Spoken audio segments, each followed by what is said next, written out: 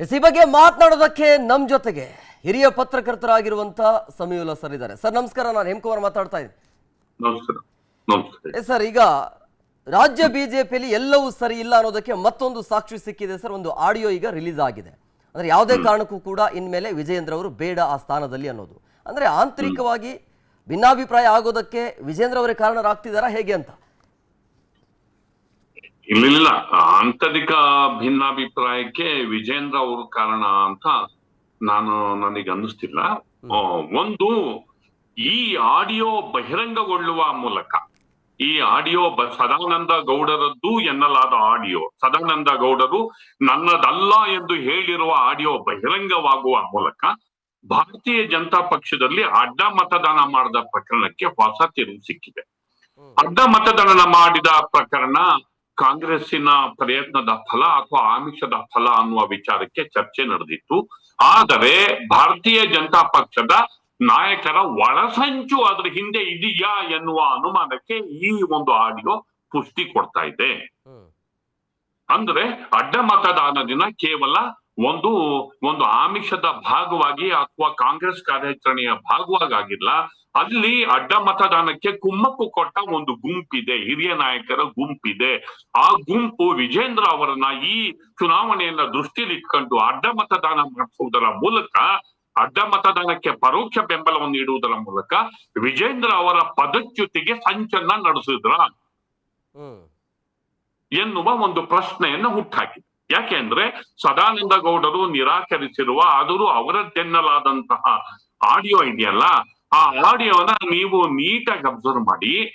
ಅದ್ರಲ್ಲಿ ಅವ್ರು ಹೇಳ್ತಾರೆ, ಆಗಸ್ಟ್, ಸೆಪ್ಟೆಂಬರ್, ಅಕ್ಟೋಬರ್ 3 ತಿಂಗಳು ಬಿಡಿ, ಈಗ್ಲೇ ಮಾಡಿ ಲಿಂಗಾಯತರು ಇದ್ ಮಾಡ್ತಾರೆ, ಏನೋ ಲಿಂಗಾಯತ ಕೋಪ ಬರುತ್ತೆ, ನಾವು ಲಿಂಗಾಯತರು ವೋಟ್ ಬ್ಯಾಂಕ್ ನ ಕಳ್ಕೊತೀವಿ, ನೆಕ್ಸ್ಟ್ ಕಿಕ್ಔಟ್ ಮಾಡಿ ಅನ್ನುತ್ತೆ ಧ್ವನಿ. ಮತ್ತ ಆ ಕಡೆ ಕೇಳ್ತಿರೋ ಧ್ವನಿ ಯಾವುದು? ಇಂಗ್ಲಿಷ್ ಅಲ್ಲಿ ಸಂಭಾಷಣೆ ನಡೆಯುತ್ತೆ. ವರಿಷ್ಠರೋ ಯಾರೋ ಡೆಲ್ಲಿ ಲೀಡರ್ಸೋ ಯಾರ್ದೋ ಜೊತೆಗೆ ಅದು ಸಂಭಾಷಣೆ ಮುಂದುವರಿಯುತ್ತೆ. ಆಯ್ತಾ? ಆಮೇಲೆ ಮುಂದುವರೆದು ಯಾಕೆ ಹೈಲೈಟ್ ಆಗ್ತಿಲ್ವೋ ಗೊತ್ತಿಲ್ಲ. ಆ ಧ್ವನಿ ಹೇಳುತ್ತೆ BLS and Joshi double game ಅಂತ ಹೇಳುತ್ತೆ. BLS ಅಂದ್ರೆ ಯಾರು? BL ಸಂತೋಷ್ ಇರ್ಬೋದಾ? ಜೋಶಿ ಅಂದ್ರೆ ಯಾರು? ಪ್ರಹ್ಲಾದ್ ಜೋಶಿ ಅವ್ರು ಇರ್ಬೋದಾ? Double game. ಅವ್ರು ಯಾಕೆ ಅಲ್ಲಿ ಈ ವಿಜೇಂದ್ರ ಅವ್ರ ಬಗ್ಗೆ ಸದಾನಂದ ಗೌಡರದ್ದೂ ಎನ್ನಲಾದಂತಹ ಅಥವಾ ಸದಾನಂದ ಗೌಡರೇ ಹೇಳಿರುವ ಧ್ವನಿ ಮಾತಾಡಬೇಕಾದ್ರೆ ಅಲ್ಲಿ ಜೋಶಿ ಮತ್ತು BL ಸಂತೋಷ್ ಅವರ ಡಬಲ್ ಗೇಮಿನ ಧ್ವನಿ ಯಾಕೆ ಬಂತು? ಅಂದ್ರೆ ಎಲ್ಲವೂ ಸರಿ ಇಲ್ಲ. ಒಂದು ಸಂಚು, ಒಂದು ಯತ್ನ ದೆಹಲಿಯ ಮಟ್ಟದಲ್ಲಿ, ಎತ್ತರದ ಮಟ್ಟದಲ್ಲಿ ಭಾರತೀಯ ಜನತಾ ಪಕ್ಷದಲ್ಲಿ ವಿಜೇಂದ್ರ ಅವ್ರ ವಿರುದ್ಧ ನಡೀತಾ ಇದೆ. ಆಯ್ತಾ? ನೀವು ನೆಕ್ಸ್ಟ್ ನೀವು ಪ್ಲೇ ಮಾಡಿದ್ರಲ್ಲಿ ಇನ್ನೊಂದ್ಸರಿ ಕೇಳಿ. ನೆಕ್ಸ್ಟ್ ಮುಂದುವರೆದ ಆ ಧ್ವನಿ ಇಂಗ್ಲಿಷ್ ನಲ್ಲಿ, ದೆಹಲಿಯ ಧ್ವನಿನ, ವರಿಷ್ಠರ ಧ್ವನಿನ, ಆ ಧ್ವನಿ ಹೇಳುತ್ತೆ ಪ್ರಹ್ಲಾದ್ ಜೋಶಿ ಕಲ್ಪ್ರಿಟ್ ಅನ್ನುತ್ತೆ. ಕಲ್ಸ್ಕೊಂಡ ನೀವು? ಪ್ರಹ್ಲಾದ್ ಜೋಶಿ ಕಲ್ಪ್ರಿಟ್ ಅನ್ನುತ್ತೆ.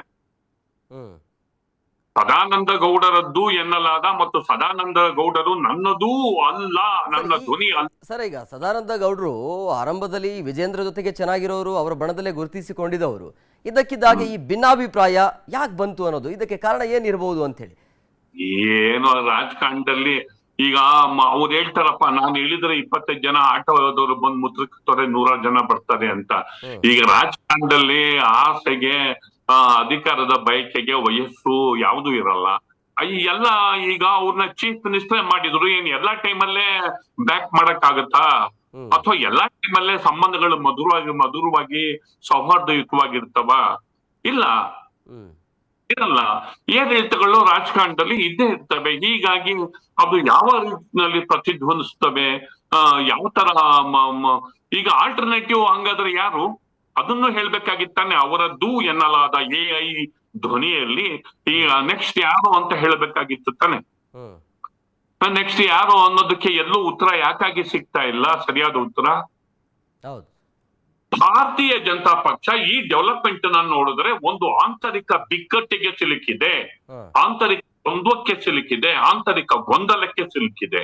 ಒಂದು, ಇಲ್ಲಿ ವಿಜೇಂದ್ರ ಇರಬಹುದು, ಇಲ್ಲಿ ಕೆಲವು ನಾಯಕರು ಇರಬಹುದು, ಮತ್ತು ದೆಹಲಿ ಮಟ್ಟದ ನಾಯಕರು ಇರಬಹುದು. ಒಂದು ಸಂಚಿನ ಸುಳಿ ಹೆಣಿತಾ ಇರೋದು ಭಾರತೀಯ ಜನತಾ ಪಕ್ಷದಲ್ಲಿ. ನಾಯಕರು ಸಂಚಿನ ಹೆಣಿಗೆಯನ್ನ ಹೆಣಿತಿರೋದು ನಮ್ಮ ಕಣ್ಣಿಗೆ ರಾಚುತ್ತೆ. ಯಾಕಾಗಿ ಇನ್ನು ಪ್ರತಿಪಕ್ಷದಲ್ಲಿ ಇರ್ಬೇಕಾದನ್ನೇ ಈ ಸಂಚಿನ ಹೆಣಿಗೆಯನ್ನ ಹೆಣಿತಾ ಇದ್ದಾರೆ ಅನ್ನೋದು ಆಶ್ಚರ್ಯಕರ. ಯಡಿಯೂರಪ್ಪ ಅವರು ಇರ್ಬೇಕಾದ್ರೆ ಹೆಣಿಯುತ್ತಿದ್ದಂತಹ ಸಂಚು ವಿಜೇಂದ್ರ ಅವರು ಪಕ್ಷದ ರಾಜ್ಯಾಧ್ಯಕ್ಷರಾದ ಬಳಿಕವೂ ಮುಂದುವರೆದಿದೆ. ಈ ಡೆವಲಪ್ಮೆಂಟ್ಸ್ ಇಂದ ನಮಗೆ ಗೊತ್ತಾಗ್ತಾ ಇರೋದು, ನಮ್ಮ ರೀಡಿಂಗ್ ಅದು, ನನ್ನ ರೀಡಿಂಗ್ ಅದು. ಇಲ್ಲಿ ಎರಡನೇ ಭಾಗದಲ್ಲಿ ಅದು ಈಗ ಇಡೀ ಆಡಿಯೋನ ನಾವು ಕನ್ಸಿಡರ್ ಮಾಡ್ಬೇಕಾದ್ರೆ ಈ ಪಾಯಿಂಟ್ಸ್ ಕನ್ಸಿಡರ್ ಮಾಡ್ಬೇಕಲ್ವಾ? ಸದಾನಂದ ಗೌಡರು ಮಾತಾಡಿದ್ದಾರೆ, ಅವ್ರದ್ದು ಧ್ವನಿ ಅನ್ನೋದು ಓಕೆ, ಇನ್ನು ಉಳಿದದ್ದು ಯಾಕೆ ಡಿಸ್ಕಷನ್ ಆಗ್ತಿಲ್ಲ? ಮೇಜರ್ ಅದರಲ್ಲಿದೆ, ಅದೇ ಆಡಿಯೋದಲ್ಲಿ ಇಟ್ಕೋಬೇಕಲ್ವಾ? ಅದನ್ನು ಕೂಡ ಇಂಪಾರ್ಟೆಂಟ್. ಅವ್ರು ಯಾರ ಡೆಲ್ಲಿನಲ್ಲಿ ಇಂಗ್ಲಿಷ್ ಅಲ್ಲಿ ಮಾತಾಡ್ತಾರಲ್ಲ, ಹಿಂಗಾಗಿ ಕೆಳಗೆ ಇಳಿಸುವಂತ ಪ್ರಯತ್ನ ಏನು ಆಗ್ತಿದೆಯಲ್ಲ, ಏನ್ ಕಾರಣ ಇರಬಹುದು? ಅಂದ್ರೆ ಅವರ ಅಧ್ಯಕ್ಷತೆಯಲ್ಲಿ ಅನ್ಕೊಂಡಂಗೆ ರಿಸಲ್ಟ್ ಬರ್ತಾ ಇಲ್ಲ ಅನ್ನೋದಾ, ಅಥವಾ ವಯಸ್ಸಲ್ಲಿ ಚಿಕ್ಕವರು ಎಲ್ಲರನ್ನ ಸರಿದೂಗಿಸಿಕೊಂಡು ಹೋಗುವಂತ ಪ್ರಯತ್ನ ಅವ್ರ ಕಡೆಯಿಂದ ಆಗ್ತಿಲ್ಲ ಅನ್ನುವಂಥದ್ದು ಹೇಗೆ ಅಂತ ಇರಬಹುದು. ಅದು ಒಂದು ಚರ್ಚೆಗೆ ಈಡಾಗುವಂತ ವಿಚಾರ. ಒಂದು, ಪಕ್ಷದ ಮೇಲೆ ನಿಯಂತ್ರಣ ಇದೆಯಾ ಅಡ್ಡ ಮತದಾನದ ವಿದ್ಯಮಾನಗಳನ್ನ ಗಮನಿಸಿದಾಗ. ಒಂದು, ಅಶೋಕ್ ಅವರು ಶಾಸಕಾಂಗ ಪಕ್ಷದ ಮೇಲೆ ನಿಯಂತ್ರಣ ಕಳ್ಕೊಂಡಿದ್ದಾರೆ ಅನ್ನೋದು ವರಿಷ್ಠರ ರೀಡಿಂಗ್. ಯಾಕೆಂದ್ರೆ ಪ್ರತಿಪಕ್ಷ ನಾಯಕ ನೇರವಾಗಿ ಶಾಸಕಾಂಗ ಪಕ್ಷ ಅವರ ಕೈ ಕೆಳಗೆ ಬರುತ್ತೆ.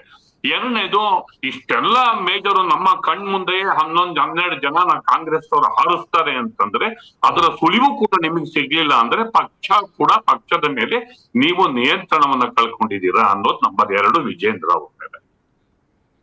ನಂಬರ್ 3, ಬಿಜೆಪಿ ಮತ್ತು ಜೆಡಿಎಸ್ ಒಂದು ಅಲಯನ್ಸ್ ನಡೀತಾ ಇದ್ರು. ಅಲಯನ್ಸ್ ಸರ್ ಮತ್ತೊಂದು ಬ್ರೇಕಿಂಗ್ ಅಪ್ಡೇಟ್ ಆಗ್ತಾ ಇದೆ, ನಾನು ಮತ್ತೆ ಸಂಪರ್ಕ ಮಾಡ್ತೀನಿ, ಹಾಗೆ ಸಂಪರ್ಕದಲ್ಲಿರಿ ಸರ್.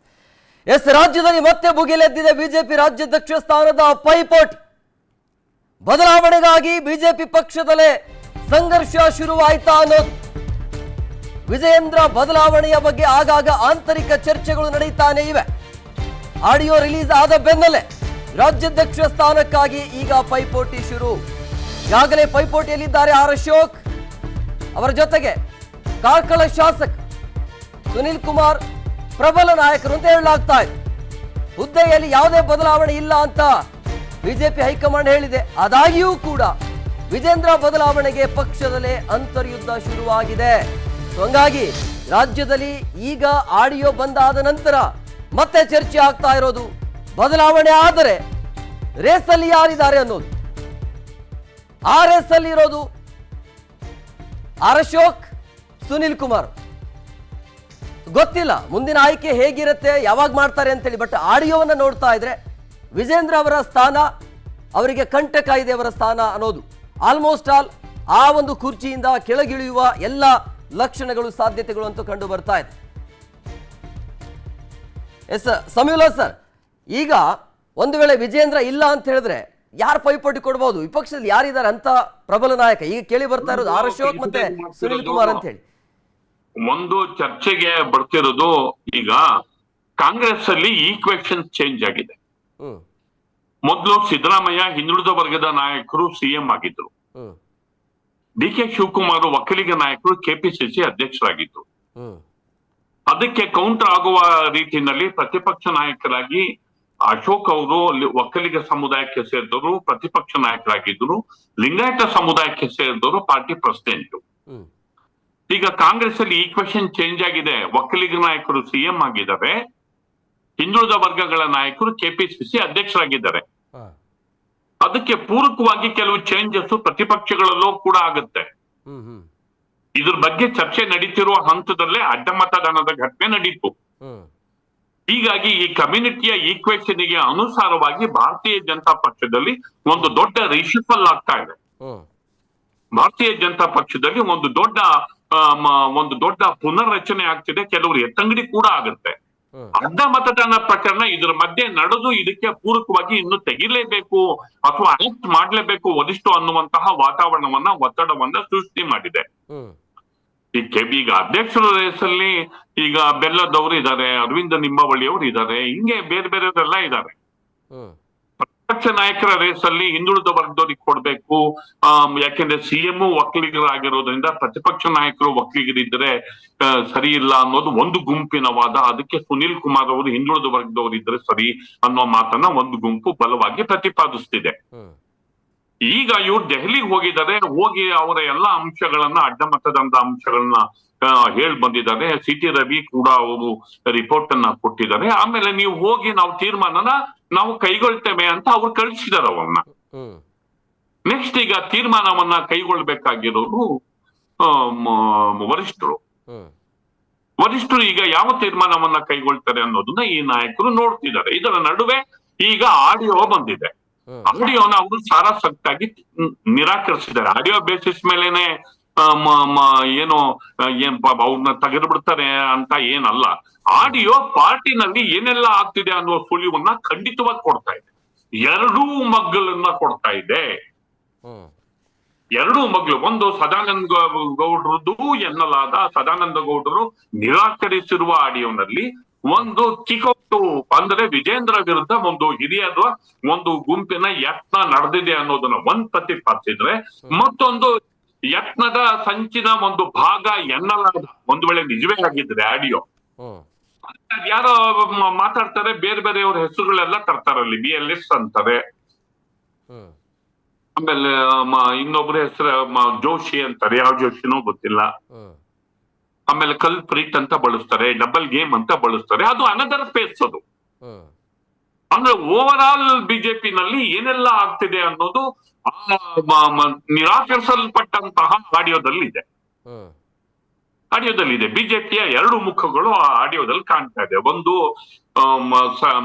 ಯಾರ ವಿರುದ್ಧ ಸಂಚು ನಡೆದಿದೆ ಮತ್ತು ಯಾರದ್ದು ಕೈವಾಡಗಳಿವೆ ಎನ್ನಲಾದಂತಹ, ಅವ್ರಲ್ಲ ಅಂತ ಡಿನೇ ಮಾಡಿದ್ರಿಂದ ನಾನು ಇದನ್ನ ಬಳಸಲೇಬೇಕಾಗುತ್ತೆ. ಎರಡು ಚಿತ್ರ ಆಡಿಯೋದಲ್ಲಿ ನಮ್ ಕಣ್ಣಿಗೆ ಕಾಣಿಸುತ್ತೆ. ಈಗ ಅದ್ರ ನಡುವೆ ಈಗ ಅವ್ರನ್ನೇನಾದ್ರು ಚೇಂಜ್ ಮಾಡಿದ್ರೆ ಪಕ್ಷಕ್ಕೆ ಕಷ್ಟ ಆಗುತ್ತೆ ಅಂತ ಆಲ್ರೆಡಿ ಒಂದು ಅವರ ಲಿಂಗಾಯತ ಸಮುದಾಯ ಮತ್ತಿತರೆ ಒಂದು ದೊಡ್ಡ ಗುಂಪಿದೆ. ಆ ಗುಂಪು ಎತ್ತರದ ಧ್ವನಿಯಲ್ಲಿ ರೇಣುಕಾಚಾರ್ಯ ಅವರೆಲ್ಲ ಮಾತಾಡಕ್ ಶುರು ಮಾಡಿದ್ದಾರೆ. ಇನ್ ಬೇರೆಯವರು ಈಗ ನಾಳೆಯಿಂದ ಒಂದ್ ವೇಳೆ ಚೇಂಜ್ ಆಗ್ಬಾರ್ದು, ಹಂಗಾಗ್ಬಾರ್ದು, ಹಿಂಗಾಗ್ಬಾರ್ದು ಅಂತ ಮಾತಾಡಕ್ ಶುರು ಮಾಡ್ತಾರೆ. ಈಗ ನೋಡ್ಬೇಕದು. Sir, thank you sir, thank you very much. ಇಷ್ಟೊತ್ತು PNS ವಿಸ್ತಾರ ನ್ಯೂಸ್ ಜೊತೆ ಮಾತನಾಡಿದಕ್ಕೆ.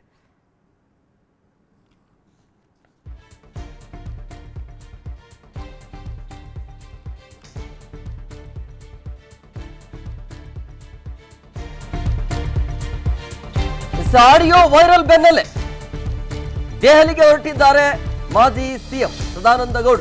ಇವತ್ತು ರಾತ್ರಿ ದೆಹಲಿಗೆ ಹೊರಡ್ತಾ ಇದ್ದಾರೆ.